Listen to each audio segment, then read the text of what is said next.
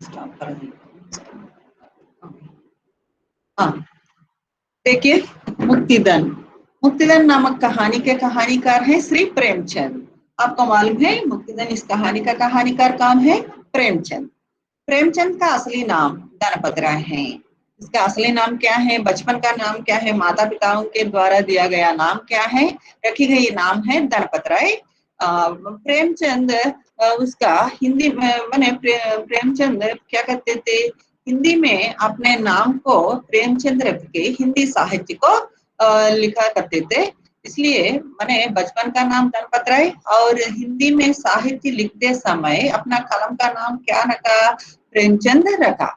और उसी प्रकार उर्दू में भी वे साहित्य लिखते थे। उस समय क्या नाम से लिखते थे? नवाब राय नाम से लिखते थे। मैंने जन्मतः हमने माता पिताओं के द्वारा नाम है गणपत राय और हिंदी साहित्य में मैंने हिंदी में साहित्य लिखते समय प्रेमचंद के नाम से और उर्दू में साहित्य लिखते समय नवाब राय नाम से वे अपने रचनाओं को रचना करते थे। ఏంటంటే ఇక్కడ చూడండి, ఈయన మామూలుగా తల్లిదండ్రులు పెట్టిన పేరు గణపతి రాయ్. కానీ ఏంటంటే హిందీలో తన పుస్తకాలని రాసేటప్పుడు అంటే నావెల్స్ ని కథల్ని అన్నిటినీ రాసేటప్పుడు ప్రేమ్చంద్ అని పేరుతో రాశారు.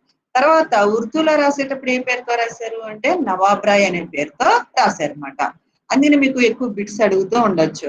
ఏంటి ప్రేమ్చంద్ కి అసలీ నామ్ క్యా హై అన్నారు అనుకోండి, గణపతి రాయ్ అని చెప్తారు. తర్వాత प्रेमचंद हिंदी में किस नाम से लिखा करते थे, साहित्य लिखा करते थे అన్నాడు అనుకోండి, అప్పుడు ప్రేమచంద్ అన్నారు. ప్రేమచంద్ ఉర్దూ में अपने साहित्य के किस भाषा में किस नाम से लिखते थे అంటే ఏంటి నవాబ్ రాయ్ అనేసి చెప్తారన్నమాట. ఇవేంటంటే ఇవన్నీ కూడా ప్రశ్నలు మీకు బిట్స్ మాట ఇవన్నీ. हिंदी भाषा में उपन्यास और कहानियां लिखने में वे सिद्धहस्त थे. हिंदी भाषा में हिंदी భాషలో ఉపన్యాస और कहानियां लिखने में అంటే నావెల్స్ కథలు రాయడంలో వే సిద్ధహస్తే బాగా చేయి తిరిగిన వ్యక్తి మాట. ఈయన చాలా కథలు రాశారు, ఉపన్యాస నావెల్స్ అవన్నీ చాలా రాశారు. उनके द्वारा लिखे गए 1 दर्जन उपन्यास तथा 300 से ज्यादा कहानियां मानस सरोवर के 8 भागों में प्रकाशित ही इसका प्रमाण है. ఏంటి ఇవే ఉపన్యాస और कहानियां लिखने में సిద్ధహస్తుడే అన్నాం కదా. ఉపన్యాస నావెల్స్ కథలు రాయడంలో ఈయన చాలా సిద్ధహస్తుడు అన్నాం కదా. అయితే దానికి రుజువుగా మనం ఏం చూడొచ్చు అంటే దానికి రుజువుగా ఈయన ఎంత సిద్ధహస్తుడు అని తెలియడానికి మనం దానికి రుజువే చెప్పొచ్చు ఆయన రాసిన 1 దర్జన్ ఉపన్యాస్. అంటే ఏంటి దర్జన్ అంటే ఏంటి 12 మాట. అంటే డజన్, ఒక దర్జన్ అంటే డజన్ అర్థం. ఒక 12 నావెల్స్, తర్వాత 300 से ज्यादा कहानियां 300 కన్నా ఎక్కువ కథలు రాశాడనమాట. ఇవన్నీ కూడా 1 దర్జన్ ఉపన్యాస్ 12 పుస్తకాలు నావెల్స్ ప్రింట్ అవుతే ఇంకా 300 కన్నా ఎక్కువ కథలు ఉన్నాయి. ఆ కథలన్నీ కూడా మానస్ సరోవర్కి 8 భాగ్ అని చెప్పేసి 8 భాగాలుగా 8 పార్టీల కింద అంటే 8 పుస్తకాల కింద మానస్ సరోవర్ भाग 1, भाग 2, भाग 3 అలాగా 8 भागों में प्रकाशित हुआ है.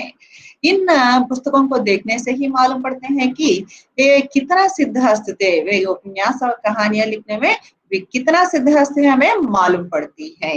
माने ये कहानियां और ये किताब ही हमें इसका माने उसकी वे जितना सिद्धहस्त थे उसका प्रमाण हमें इन పుస్తకం देखने से मिलता है. మీకు చూడండి మన లైబ్రరీలో అట్లా చూస్తే కనుక ఈయన పుస్తకాలు ఇవన్నీ ఉన్నాయి. ఎన్ని పుస్తకాలు ఎన్ని కథలు రాశారంటే 300 కన్నా ఎక్కువ కథలు, నెక్స్ట్ ఒక డజన్ నావెల్స్ రాశారు. ఇవన్నీ చూస్తే అతను ఎంత ఫేమస్, ఎంత సాహిత్యం రాయడంలో ఎంత సిద్ధహస్తుగా हमें मालूम पड़ती है. रंगभूमि, कायाकल्प, निर्मला, सेवा सदन, गबन आदि आपके प्रमुख उपन्यास हैं. ఇవన్నీ కూడా ఈయన యొక్క నావెల్స్ పేరు మాట. రంగభూమి, కాయాకల్ప్, నిర్మల, సేవా సదన్, గబన్. ఈ నిర్మల నావెల్, తర్వాత సేవా సదన్, గబన్, ఇందులో అన్ని స్త్రీ పాత్రల గురించి, మెయిన్ స్త్రీ పాత్రల కథలు మాట ఇవి. అంటే ఇక్కడ నిర్మలాలో ఒక సఫర్ అయిన ఒక అమ్మాయి పరిస్థితి అందులో ఉంటే, సేవా సదన్ లో ఒక అందమైన అమ్మాయి ఏంటంటే ఎక్కువ ఇందులో ఏంటంటే ఒక అందమైన అమ్మాయి ఉంటుంది. ఆ అమ్మాయి అందమైన తన గుణం వలన అంటే అందం అనే తన గుణం వలన అంటే ఆమెకు ఆ పిచ్చి ఉంటుంది, అందం పిచ్చి. ఆ పిచ్చి వలన ఆ అమ్మాయి తన జీవితాన్ని ఎలాగా స్పాయిల్ చేసుకుంటుంది అది ఇది ఉంటుంది. వేశ్య వాటి గురించి ఉంటుంది. నెక్స్ట్ గబన్ వచ్చి ఇందులో కూడా ఒక అమ్మాయికి నగలు పిచ్చి వలన ఆ యొక్క కుటుంబం ఎలాగా నాశనం అయిపోతుంది అనేది కూడా ఈ నవల్స్ లో ఒక్కొక్క నవల్లో ఒక్కొక్క కహాని మొత్తం కథ ఉంటుందన్నమాట. మెయిన్ ఇవన్నీ స్త్రీ పాత్రలకు సంబంధించినవి. प्लस ఏంటంటే उस समय के समाज में जो परिस्थितियां हैं उस समाज की परिस्थितियों को ही इसमें कहानी के रूप में इसमें उपन्यास के रूप में प्रेमचंद ने लिखा था. ఏంటంటే ఈ నిర్మల, సేవా సదనం, గబన్ ఇవన్నీ రాశారు. కాయకల్పు, రంగభూమి ఇవన్నీ గోదాన్లో ఒక ఆవు యొక్క ఒక రైతు ఒక ఆవును కొనుక్కోవడానికి ఎంత కష్టపడతాడు అనేది అందులో ఉంటుందన్నమాట. అంటే ఆ సమయంలో ఆ సమాజంలో అప్పటి పరిస్థితుల్లో ఏ సమస్యలు అయితే ఉంటాయో వాటినే తీసుకొని ఈయన యొక్క తన నావల్స్ అన్ని రాశాడనమాట. చూడండి అబ్ దేఖియే సారాంశ్. రెహమాన్ एक गरीब ईमानदार किसान है. రెహమాన్ ఎవరు? ఒక పేద ईमानदार किसान है. ईमानदार అంటే ఏంటి? చాలా నిజాయితీ గల किसान రైతు. पैसों की जरूरत पड़कर विवश से अपनी गाय को बेचने को तैयार होता है. ఏంటంటే డబ్బులు అవసరమయ్యి ఇతను ఏం చేస్తాడంటే తన ఆవును అమ్ముకోవాల్సి వస్తాడనమాట. అంటే తన ఆవు ఇంకా ఏదో కష్ట పరిస్థితి వస్తాయి. వచ్చినప్పుడు ఇంకా తను ఎంతో ప్రేమగా పెంచుకున్న ఆవుని అమ్మడానికి రెడీ అవుతాడు. पर वह अपने जानवरों के प्रति दयालु है. కానీ తన జంతువుల పట్ల తనకి చాలా దయ అన్నమాట. అంటే తన జంతువుల పట్ల తనకి చాలా ప్రేమ. వాటిని అమ్మడం ఇష్టం లేదు. చాలా ప్రేమ. వాటిని ఎక్కడో ఎవరో ఆ డబ్బుల అవసరం కోసం ఏ కసాయి వాళ్ళకి అమ్మడం అలాంటి అతనికి ఇష్టం లేదు. इसलिए वह अपनी गाय को किसी कसाई के हाथ बेचना नहीं चाहता. अरे वह जानवरों के प्रति बहुत दयालु है. इस कारण वह किसी कसाई के हाथ अपने गाय को बेचना वे नहीं चाहता. అంటే ఏంటి తన జంతువుల పట్ల उसे बहुत प्यार है. అతనికి చాలా ప్రేమ. इसलिए वह अपने गाय को किसी कसाई के हाथ అంటే ఏంటి కసాయి వాళ్ళు ఉంటారు కదా ఆవుల్ని చంపేసి ఆ మాంసం అమ్ముకునే వాళ్ళు ఉంటారే వాళ్ళ చేతికి ఇతనికి అమ్మడం ఇష్టం లేదు. माने वहाँ उन लोगों को बेचने से ज्यादा धन मिलता है, ज्यादा पैसा मिलता है, फिर भी वह खुद वह उसे కసాయి को बेचना नहीं चाहता. కసాయి వాళ్ళకి అమ్మితే ఎక్కువ డబ్బులు వస్తాయి. అయినా కానీ అతను ఏంటంటే వాళ్ళకి అమ్మడం ఇతనికి ఇష్టం లేదు. కసాయిలు అంటే ఎవరు? వీళ్ళు ఈ ఆవుని అట్లా చంపేసి ఆ మాంసాన్ని అమ్మేసుకుంటారు కదా వాళ్ళన్నమాట. खुद 5 रुपये की नुकसान उठाकर महाजन लालू दाऊ दयाल को बेच देता है. ఏంటంటే తనకి నష్టం వస్తున్నా గానీ ఇతను ఏం చేస్తాడంటే 5 రూపాయలు నష్టం వస్తున్నా పర్లేదు నాకేం పర్లేదు అని చెప్పి కసాయి వాళ్ళు ఏంటి ఇంకా 5 రూపాయలు ఎక్స్ట్రా ఇస్తాము అంటారు. फिर भी वह 5 रुपये का नुकसान उठाकर नुकसान माने क्या है? नष्ट మాట. నష్టం వచ్చినా పర్లేదు నాకు పర్లేదు అని చెప్పేసి किसको बेचता है? वह एक महाजन लालू दाऊ दयाल को बेच देता है. ఏం చేస్తాడు తన ఆవుని ఒక వడ్డీ వ్యాపారి అయిన లాలూ దావు దయాల్ కి తను తన ఆవుని అమ్మేస్తాడనమాట. కసాయోడికి అమ్మకుండా ఈ లాలూ దావు దయాల్ 5 రూపాయలు తక్కువ ఇస్తానన్నా గానీ అతనికే అమ్ముతాడు. क्योंकि दाऊ दयाल के पास उसका पालन पोषण ठीक से हो सके. ఎందుకంటే दाऊ दयाल के घर में उसका गाय अच्छी तरह पालन पोषण किया जाता है. ఎందుకంటే దావు దయాల్ ఇంట్లో ఇతని యొక్క ఆవు మంచిగా పోషించబడుతుంది. అంటే మామూలు వాళ్ళైతే ఇళ్లలో వాళ్ళైతే పెంచుకుంటారు కదా బాగా. అందుకని उसी उद्देश्य से वह अपने गाय को 5 रुपये की नुकसान उठाकर भी वह रहमान क्या करता है? दाऊ दयाल को अपने गाय को बेच देता है. क्योंकि उसे बेचने से उसके घर में अपना गाय अच्छी तरह पालन पोषण हो सकती है. అంటే ఏంటి తన ఇంట్లో వాళ్ళ ఇంట్లో ఉంటే కనుక మంచిగా అవుతుంది, మంచిగా పెంచుతారు అనే ఉద్దేశంతో అతను అమ్ముతాడు. లాలూ దావు దయాల్ ఏక్ మహాజన్ హై. అసలు మే లాలూ దావు దయాల్ కౌన్ హై? అసలు చెప్పాలంటే ఇప్పుడు లాలూ దావు దయాల్ ఎవరు? जो अपने वसूलने में आसामियों के साथ रियायत नहीं करता. लालू दाऊ दयाल एक महाजन है. అతను ఒక महाजन माने क्या है? ఒక వడ్డీ వ్యాపారి. जो अपने वसूलने में वे आसामियों के साथ रियायत नहीं करता. అంటే అతను తన డబ్బు వసూలు చేసుకోవడంలో రియాయత్ నహీ కర్తా అంటే యహ మానే క్యా హై? ఏ మాత్రం జాలి చూపించడం, దయా నహీ దిఖాతా హై. ఏ మాత్రం దయ చూపించడం అట. అలాంటి వ్యక్తి మాట ఎవరు? లాలూ దావు దయాల్ जो रहमान का गाय को खरीदता है. ఎవరు అంటే రెహమాన్ ఆ యొక్క ఆవును కొనుక్కున్నాడే అతనే ఈ యొక్క లాలూ దావు దయాల్. वह एक महाजन है, परंतु रहमान की नीक नीति और सरल व्यवहार उसे गहरा तक प्रभावित करती है और वह रहमान को उधार देने में तनिक भी नहीं झुकता. यानी रहमान की नीक नीति और सरल व्यवहार उसे गहरा तक प्रभावित करती हैं। वह लालू दाऊ दयाल बहुत कठिन व्यक्ति हैं और वह अपने आसामियों के साथ अपने पैसों को वसूल करने में वह दया नहीं करता। ऐसा व्यक्ति पर जब रहमान की स्वभाव को देखता है, रहमान की सरल व्यवहार को देखता है, वह उसके स्वभाव से बहुत प्रभावित होता है। माने 5 रुपये के नुकसान उठाकर रहमान क्या करता है, इस गाय को उसे लालू दाऊ दयाल को बेच देता है और उस समय लालू दाऊ दयाल रहमान का स्वभाव को देखता है और उसके स्वभाव से ప్రభావిत भी होता है। ఏంటంటే నేను చెప్పాను కదా, లాలూ దావు దయాల్ అనే అతను ఒక వడ్డీ వ్యాపారి, తను అస్సలు దయ చూపడు ఎవరి పట్ల। అలాంటి వ్యక్తి రెహమాన్ యొక్క నీతి నిజాయితీ ప్రవర్తనకి చాలా ప్రభావితుడవుతాడు అన్నమాట। और वह रहमान को उधार देने में तनिक भी नहीं हिचकता। ఏ మాత్రం ఏంటంటే రెహమాన్‌కి అప్పు ఇవ్వడానికి మాత్రం సంకోచించడు।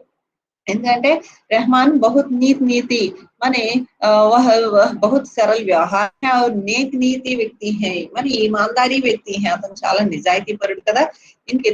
ఇతని యొక్క స్వభావం చూసి ఇతనికి అప్పు ఇవ్వడానికి ఉధార్ దేనే మే, ఉధార్ माने क्या है, అప్పు మాట, అప్పు ఇవ్వడంలో ఏ మాత్రం नहीं हिचकता అంటే ఏంటి, ఏ మాత్రం చలించడు।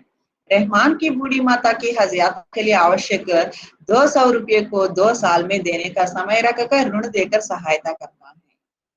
जब रहमान की माता हज यात्रा करना चाहती है, मने रहमान తల్లి ఉంటుంది, ఆమె ఏంటి బూఢీ మాత ముసలి తల్లి హజ్ యాత్ర के लिए హజ్ యాత్ర చేయడం కోసం 200 రూపాయలు ఇమ్మని ఎల్లి అప్పు అడుగుతాడు। అడిగినప్పుడు लालू दाऊ दयाल उसे 200 रुपये 2 साल में वापस देने को 2 సంవత్సరాలకి నాకు వెనక్కి ఇవ్వు అని చెప్పి उसे सहायता करता है, అంటే అతనికి సహాయం చేస్తాడన్నమాట 200 రూపాయలు। क्योंकि माने रहमान की माता क्या करना कहा जाना चाहती हैं, हज यात्रा के लिए जाना चाहती हैं, इसलिए हज यात्रा के लिए जो आवश्यक धन है 200 रुपये, उस 200 रुपये को देने में 200 रुपये को दाऊ दयाल ऋण में देकर 2 साल में वापस देने को कहकर उसे ऋण देता है।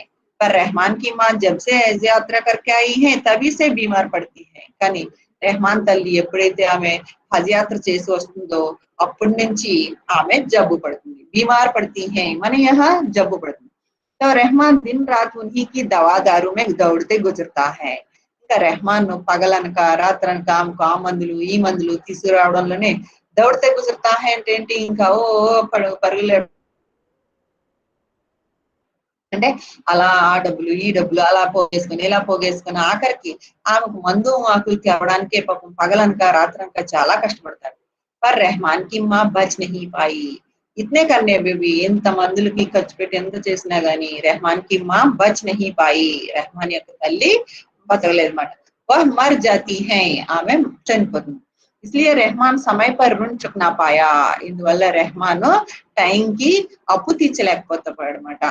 ఏంటి ఈ యొక్క తల్లికి పరిస్థితి, ఆరోగ్య పరిస్థితి, ఆమె పరిస్థితి బాలేకపోవడం, మందుల కట్లకి డబ్బు ఖర్చు పెట్టేయడం వలన, ప్లస్ ఏంటంటే తల్లి చనిపోయిన తర్వాత जो रस्में रीति रिवाज रहते हैं ना, उन रीति रिवाजों को रस्मों को पूरा करने में पूरा धन खर्च होता है। ఇంకా తల్లి చనిపోయిన తర్వాత ఏవైతే ఆచారాలు ఉంటాయో ఆ ఆచారాలన్నీ చేసేటప్పటికి మొత్తం డబ్బంతా అయిపోతుంది। इसलिए रहमान समय पर ऋण चुक नहीं पाया, ఇందువల్ల రెహమాన్ ఏంటి టైంకి ఆ అప్పు తీర్చలేకపోతాడు। दाऊ दयाल ब्याज बढ़ जाता है, दाऊ दयाल का ब्याज बढ़ जाता है। ఇంకా ఈ దాऊ दयाल యొక్క అప్పు పెరిగిపోతూ ఉంటుంది। अब तक पानी में था, अब पानी सिर पर आ गया, ఇప్పటి వరకు నీళ్ళల్లో ఉన్నాడు, ఇప్పుడు నీళ్ళల్లోంచి అంటే ఏంటి अब तक నీళ్ళల్లో ఉంటే నీళ్ళన్నీ ఇప్పుడు నెత్తి మీదకి ఏంటి అంటే ఇప్పుడు అప్పులు ఎక్కువ చేసేసాడనమాట। ఈ తల్లి చనిపోయినప్పుడు అంతకు ముందేమో ఏంటంటే తల్లి హజ్ యాత్రకని ఆటికి ఆ డబ్బులన్నీ అప్పులు చేయడం వలన ఇంకా పూర్తిగా ఏంటంటే అప్పులు బాగా బ్యాజ్ బడ్ జాతా హై మానే క్యా హై, బ్యాజ్ మానే అప్పు పెరిగిపోతుంది అన్నమాట।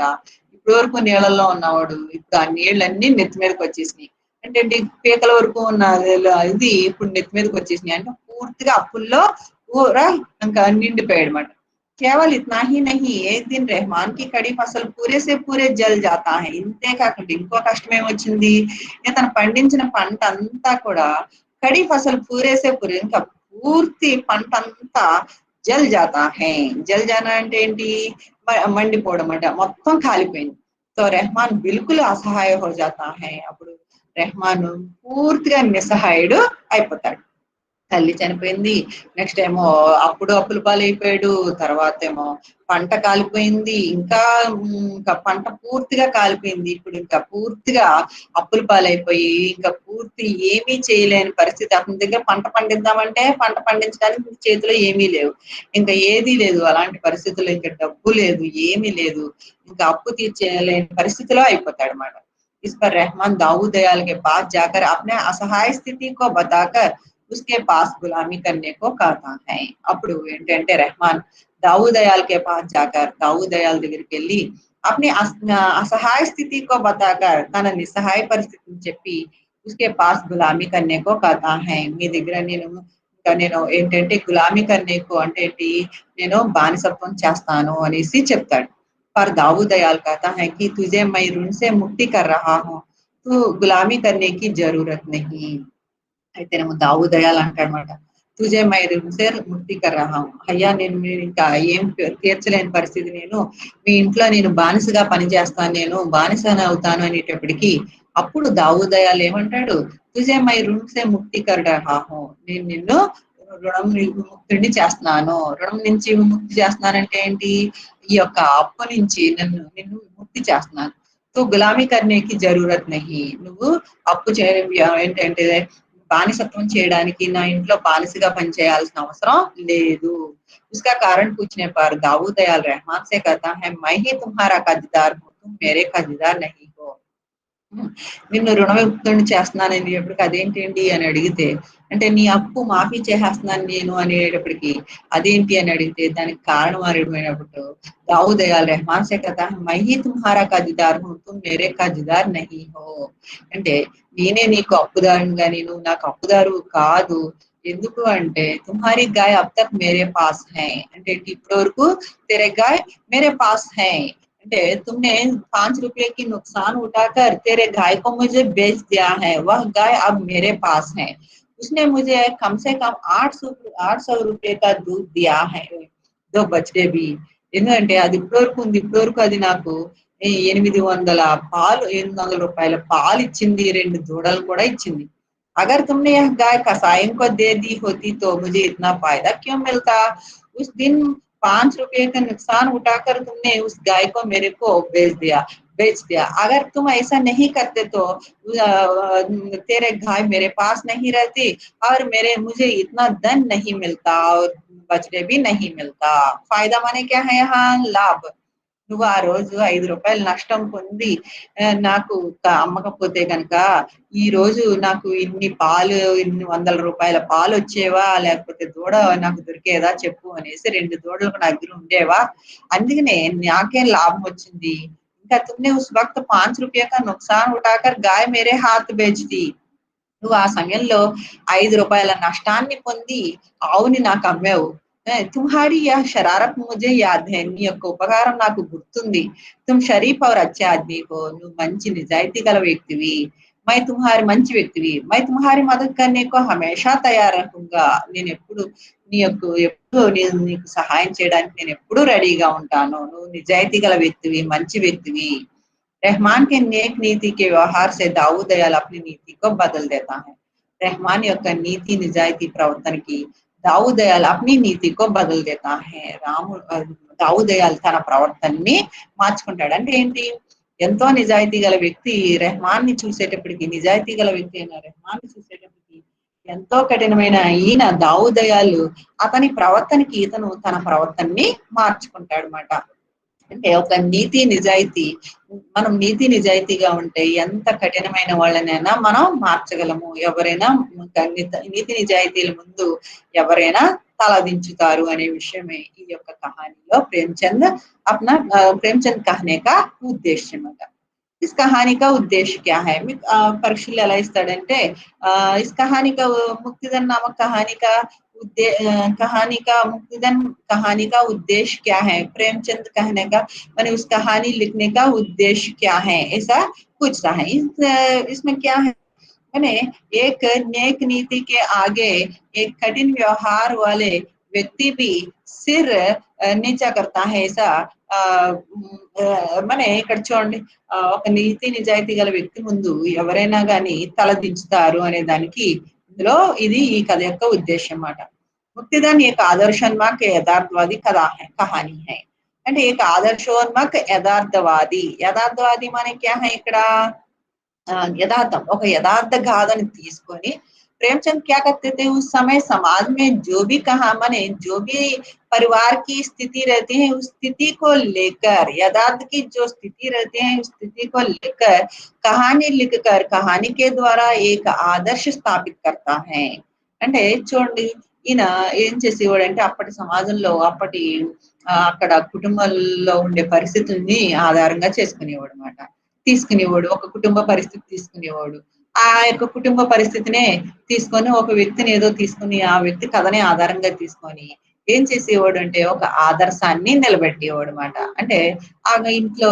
ఆ ఒక రైతు ఇప్పుడు రెహమాన్ యొక్క పరిస్థితే తీసుకొని ఆఖరికి అక్కడ వడ్డీ వ్యాపారి వీళ్ళిద్దరి యొక్కదే తీసుకొని అక్కడ ఒక ఆదర్శాన్ని నిలబెట్టాడు ఏంటి ఎలా అంటే అలా ఎవరైతే నీతి నిజాయితీలు ఉంటారో వాళ్ళ ముందు ఎవరైనా తలదించుతారు అనే విషయాన్ని ఒక ఆదర్శాన్ని అక్కడ చూపించాడు जो सांप्रदायिक संपूर्णता से ऊपर उठकर मानव व्यवहार की उदारता का चित्रण करती है అంటే ఏంటి మామూలుగా ఎప్పటి నుంచో వస్తున్న అంటే ఏంటి ఎంత తన పరిస్థితి ఎలాంటిది చాలా కఠినంగా ఉండి ఎంతో ఇదిగా ఉండే ప్రవర్తనలో కూడా మార్పు వస్తుంది అనేది ఇందులో కథలో చూపించారు लालू दाऊदयाल एक महाजन है जो अपने वसूलने में असामियों के साथ रियायत नहीं करता लालू दाऊदयाल ఏంటి ఒక వడ్డీ వ్యాపారి అలాంటి అతను తన తన డబ్బు వసూలు చేసుకోవడంలో ఏ మాత్రం జాలి చూపడు परंतु रहमान की नेक नीति और सरल व्यवहार उसे गहराई तक प्रभावित करता है కానీ రెహమాన్ యొక్క నీతి నిజాయితీ అతని యొక్క నెమ్మదస్తనం అంటే నెమ్మదస్తుడు చాలా उसे महाजन को गहराई तक माने महाजन माने यहाँ दाऊदयाल को गहराई तक प्रभावित लालू दाऊदयाल ने ఎంతో ప్రభావితం చేస్తారు और वह रहमान को उधार देने में तनिक भी हिचकिचाहट अनुभव नहीं करता ఏ మాత్రం రెహమాన్ కి అప్పు ఇవ్వడంలో ఏ మాత్రం అతను సంకోచించడు जब रहमान कड़ी फसल के जल जाने से बिल्कुल असहाय हो जाता तो वह उसका सारा कर्ज माफ कर देता ఎప్పుడైతే రెహమాన్ యొక్క పంట అంతా నాశనం అయిపోయి ఇంకా మండిపోయి పూర్తిగా నాశనం అయిపోతుందో అప్పుడు నిస్సహాయుడైపోతాడు అయిపోయినా గాని అతని యొక్క అప్పంతా కూడా మాఫ్ कर देता है और कर्ज से मुक्त कर देता है మరియు ఆ అప్పు నుంచి ముక్తి చేస్తాడు रहमान के नीक नीति के व्यवहार से दाऊद दयाल अपनी नीति को बदल देता है रहमान యొక్క నీతి నిజాయితీ పరిస్థితికి దావుద్ దయాల్ ఏంటంటే अपनी नीति को बदल देता है రెహమాన్ యొక్క నీతి నిజాయితీతో దావుద్ దయాల్ తన యొక్క ప్రవర్తనని తన బుద్ధిని మార్చుకుంటాడు అన్నమాట ఈ రకంగా ఏంటి అంటే ఇందులో ఈ కహాని యొక్క ముఖ్య ఉద్దేశ్యం क्या है मुख्य उद्देश्य माने एक नीक ईमानदारी के आगे जितने भी कठिन होने पर भी वे प्रभावित होना जरूर एक ना एक दिन प्रभावित होता है जरूर उनके आगे माने कितने भी कठिन होने पर भी वे पिघल जाते हैं ఎంత కఠినైన వాళ్ళైనా గాని కరిగిపోతారన్నమాట బదల్ जाते हैं ఎంత అలాంటి వాళ్ళైనా మారిపోతారు అనేది ఈ కథలో చెప్పాలని కథలో ప్రేమచంద్ చెప్దామన్న విషయం అన్నమాట आप देखिए रहमान का चरित्र चित्रण कीजिए अपने आपको परीक्षाओं में जरूर एक प्रश्न मिलता है कैसा प्रश्न रहमान का चरित्र चित्रण कीजिए माने 10 मार्क को 10 अंक को आपको मिल जाता है మీకు ఏంటంటే రెహమాన్ యొక్క చరిత్రని వర్ణించండి అని మీకు 10 మార్కుల క్వశ్చన్ ఇస్తాడు ఇచ్చినప్పుడు మీరు ఏం చేస్తారు असल में रहमान कौन है वह किस पार्ट से दिया गया माने चरित्र चित्रण है रहमान इस पार्ट का मुख्य पात्र है आपको पहला उसे लिखना पड़ता है माने यह रहमान आपको क्या कैसे लिखना पड़ता है रहमान प्रेमचंद कृत मुक्तिदान कहानी के एक मुख्य पात्र है మీరు ఎలా చెప్తారు రెహమాన్ ప్రేమచంద్ రాసిన ముక్తిదాన్ అనే కథలోని ముఖ్య పాత్ర वह एक गरीब ईमानदार किसान है आपको क्या मैंने इसमें रहमान का चरित्र चित्रण की करते समय आपको क्या करना चाहिए? रहमान का गुण क्या है, उसमें अच्छे गुण क्या है या बुराई गुण जो है, अगर उसमें बुराई गुण रहते हैं तो उस बुराई गुणों के बारे में आपको वर्णन करना पड़ता है। पहला, इस कलेवर में देखिए, मैंने कलेवर में नहीं, इस पैरा में देखिए आपको पहला गुण क्या है?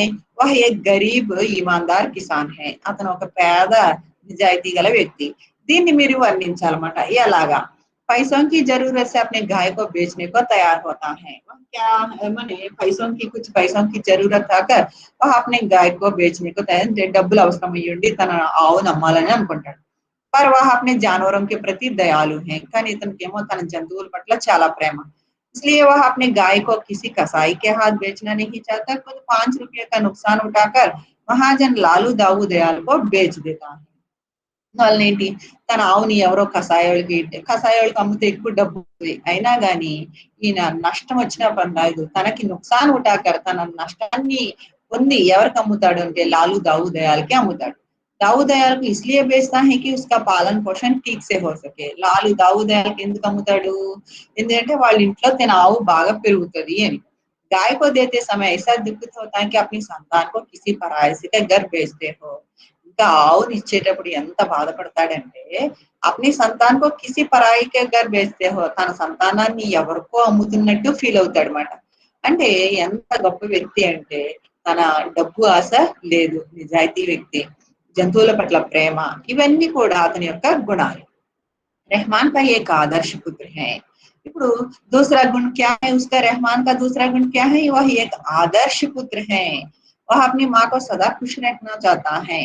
అతను ఒక ఆదర్శవంతమైన కొడుకు, తన తల్లిని ఎప్పుడు సంతోష పెట్టాలనుకుంటాడు। जब उसकी माँ हज यात्रा करना चाहती है तो 200 रुपये दाऊ दयाल से कर्ज लेता है। ఇంకా తల్లి హజ్ యాత్ర చేయాలనుకుంటుంది, एक पुत्र क्या कहते हैं, अपनी माता की जो भी चाह है उन चाह को पूरा करना पुत्र का एक कर्तव्य है। ऐसे ही समझकर वह क्या करता है, माँ की हज यात्रा के लिए दाऊ दयाल से 200 रुपये कर्ज लेता है और माँ की चाह भी पूरा करता है। తల్లి కోరిక ఒక కొడుకుగా తన తల్లి కోరికను తీర్చాల్సి ఉంటుంది కాబట్టి అతను ఏం చేస్తాడు, 200 రూపాయలు అప్పు తీసుకొని లాలు దావు దయాల్ దగ్గర తీసుకొని తన తల్లిని హజ్ యాత్రకి పంపిస్తాడు, తల్లి యొక్క కోరికని పూర్తి చేస్తాడు। पर हज यात्रा से निकलने से तुरंत बाद ही रहमान की माँ गुजर जाती है। కానీ హజ్ యాత్ర నుంచి వచ్చిన తర్వాత ఆ యొక్క తల్లి చనిపోతుంది। माँ के अंतिम संस्कार के दान वगैरह सभी रस्में भी पूरा करता है। उसके पास धन नहीं है, फिर भी वह दाऊ दयाल के पास जाकर ऋण लेकर अपनी माँ का अंतिम संस्कार करके दान वगैरह जो भी रिवाज है उन सभी रीति रिवाजों को वह पूरा करता है। मैंने एक पुत्र का जो भी कर्तव्य है उन कर्तव्यों को वह निभाता है। అంటే కొడుకుగా తన ఏ కర్తవ్యాలు అయితే ఉన్నాయో ఆ కర్తవ్యాలన్నీ वह निभाता है, నిర్వర్తిస్తాడన్నమాట। रहमान स्वभाव से ईमानदार तथा परिश्रमी किसान है। निजायती गला कष्टपड़ पनिచేసే రైతు। वह साल भर मेहनत करके दाऊ दयाल का ऋण चुकाना चाहता है, पर दुर्भाग्यवश उसकी फसल जल जाती है। అతను సంవత్సరం అంతా కష్టపడి దావు దయాల్ యొక్క అప్పు తీర్చాలనుకుంటాడు, కానీ దురదృష్టవశాత్తు అతని యొక్క దురదృష్టవశాత్తు ఏంటంటే అతని పంట అంతా కాలిపోతుంది। एक तरह से वह భారతీయ కిసాన్ కా ప్రతినిధి है। చెప్పాలంటే ఒక రకంగా చెప్పాలంటే భారతదేశంలో ఉన్న రైతు పరిస్థితికి అతను ప్రతిరూపం అని చెప్పొచ్చు। అంటే ఈ రోజు దేశంలో ఉన్న రైతు పరిస్థితి ఇంతే, పంట చేతికి వచ్చే వరకు నమ్మకమే లేదు, ఎంతో కష్టపడతారు కానీ చివరికి ఆ పంటని పొందలేకపోతున్నారు। అసమర్థ रह जाते हैं, అంటే అసమర్థమైపోతున్నారు, పంటని పొందలేకపోతున్నారు। ऐसे का किसी भी प्रकार से प्रबंध होने की आशा नहीं, డబ్బులు ఏ రకంగా వాళ్ళకి వస్తాయనే ఆశే లేదు। ఐసీ స్థితి మే బి ఓహ్ దావుద్ దయాల్ ఇంకా ఏంటంటే ఎంత ఇతని పరిస్థితి ఎలా అయిపోతుందంటే ఆ పంట నాశనం అయిపోవడం వలన ఏ పరిస్థితుల్లో కూడా అతనికి డబ్బు తీర్చే స్థితిలో ఉండడు।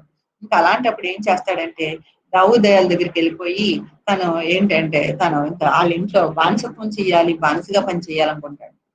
इसी ईमानदारी से प्रभावित होकर दाऊ दयाल का उसका कर्ज ఇంత నిజాయితీ చూసే दाऊ दयाल ప్రభావితుడయ్యి ఇతని యొక్క అప్పునంతా మాఫీ చేస్తాడు।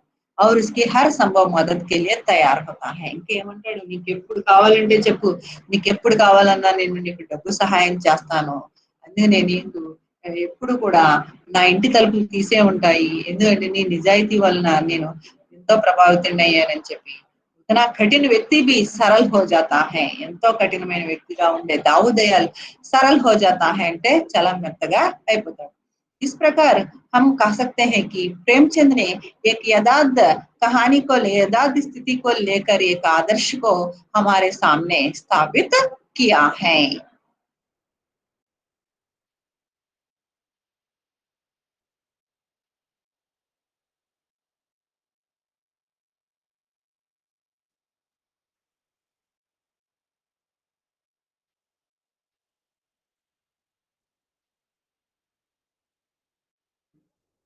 Value students,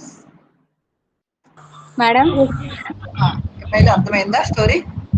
మేడం అర్థమైంది. అర్థమైందా? Any doubts? అర్థమైంది. ఎవరికైనా డౌట్స్ ఎక్కా? అర్థమైంది కదా స్టోరీ అంతా? రెహమాన్ కా చేతి చిత్రం రెండు చదవాలమ్మా. ముక్తిదన్ కహానీ కా సారాంశ్ और ఏంటంటే నెక్స్ట్ ఇంకోటి ఏంటి రెహమాన్ కా చేతి చిత్రం. ఈ రెండు గ్యారంటీగా వస్తాయి. స్టోరీ కూడా వస్తుంది. నెక్స్ట్ ఏంటంటే రెహమాన్ కా చేతి చిత్రం కూడా మీకు వస్తుంది. అర్థమైందా? అందరూ కూడా అది బాగా చదవండి అమ్మాయిలు. ఓకేనా? చదువుతారా? Okay ma'am. Hello okay ma'am. మీరు నెక్స్ట్ క్లాస్ లో మీరు ఏం చేస్తారంటే రెహమాన్ కా చేతి చిత్రంలో నాకు చెప్పాలి అమ్మాయి, అప్పచెప్పాలి. అప్పచెప్పాలి అంటే ఇది ఒక సెమినార్ టైప్ అన్నట్టు అనుకోండి. పని పేపర్ ఏమైనా కొన్ని మెటీరియల్ దగ్గర పెట్టుకునైనా పెట్టుకోండి, మధ్య మధ్యన చూసుకోండి. పని నాకేంటంటే ఆ సెమినార్ టైప్ లో చెప్పండి అమ్మాయి, చదివేయండి. ఓకేనా? నెక్స్ట్ క్లాస్ లో చెప్తారా? చెప్తాం మ్యామ్. అందరూ కూడా సెమినార్ టాపిక్ చెప్పండి. అది ఒక సెమినార్ లాగా తీసుకుందాం. అంటే పర్లేదు, చూసి చదివినా పర్లేదు, ఎలాగో ఒకలాగా నాకు మొత్తానికి అది నాకు చెప్పాలి. ఓకేనా? చెప్తారు ఓకే కదా? మ్యామ్. Next class. చెప్తాను మ్యామ్. నెక్స్ట్ మళ్ళీ మీకు ఎప్పుడు ఉంది క్లాసు? నెక్స్ట్ క్లాస్ ఎప్పుడు ఉంది? సాటర్డే ఉంది కదా? సాటర్డే మీరు ఏం చేయాలి? సాటర్డే మీరు చెయ్యాలి. అప్పుడు 11 కి నేను వీళ్ళకి హ్యూమన్ వాల్యూస్ క్లాస్ చెప్తున్నాను. 12 కి మాట. మీరు ఎవరైనా ఖాళీ ఉండి మీ క్లాసులు ఉంటే వద్దు, క్లాసులు లేకపోతే ఖాళీ వింటాము అంటే వినండి అంతే. ఓకేనా? హలో, ఎస్టీసీ క్లాస్ ఉంది మేడం మాకి. ఉందా? ఓకే, మీకు ఉంటే సరే సరే. ఎవరైనా ఒకవేళ నేను లింక్ ఆ టైంలో మీకు కూడా పెడతాను. ఒకవేళ ఎవరికైనా ఖాళీ ఉండి మాకు వేరే క్లాస్ లేదు అంటే కనుక అటెండ్ అవ్వండి. Okay ma'am. ఓకేనా? ఇంకా ఏంటి మళ్ళీ ఒక్క నిమిషం. ఇంకా ఎవరికైనా ఏమైనా డౌట్స్ ఉన్నాయా? ఆల్ లెసన్స్ వచ్చేసినాయా? రోజుకో లెసన్ సెమినార్ టాపిక్ కింద చెప్తురుగానమ్మా. మీరు ఏంటంటే రోజుకి ఒక్కొక్కటి చదవండి. చదివి నాకు చెప్పాలి. సెమినార్ కింద చెప్పండి. అందరూ ఒక్కొక్కరు చెప్పండి. ఓకేనా? రెడీగా మెటీరియల్ దగ్గర పెట్టుకొని నాకు రోజుకి ఒక్కొక్క లెసన్ చెప్తా ఉంది కానీ చదవాలి. చదివి నాకు చెప్పండి పని ఎలాగోకలాగా. సెమినార్ టాపిక్స్ మీ ఓన్ గా అయినా చెప్పండి, ఎలా చెప్పినా పర్లేదు. ఓకేనా? నేను ఒక్కొక్కరిని అడుగుతూ ఉంటాను. Okay ma'am. ఇదిగో సుభాషిణి మేడం మాట్లాడతారంటే అప్పుడు కొంచెంసేపు సుభాషిణి మేడంతో మాట్లాడాను.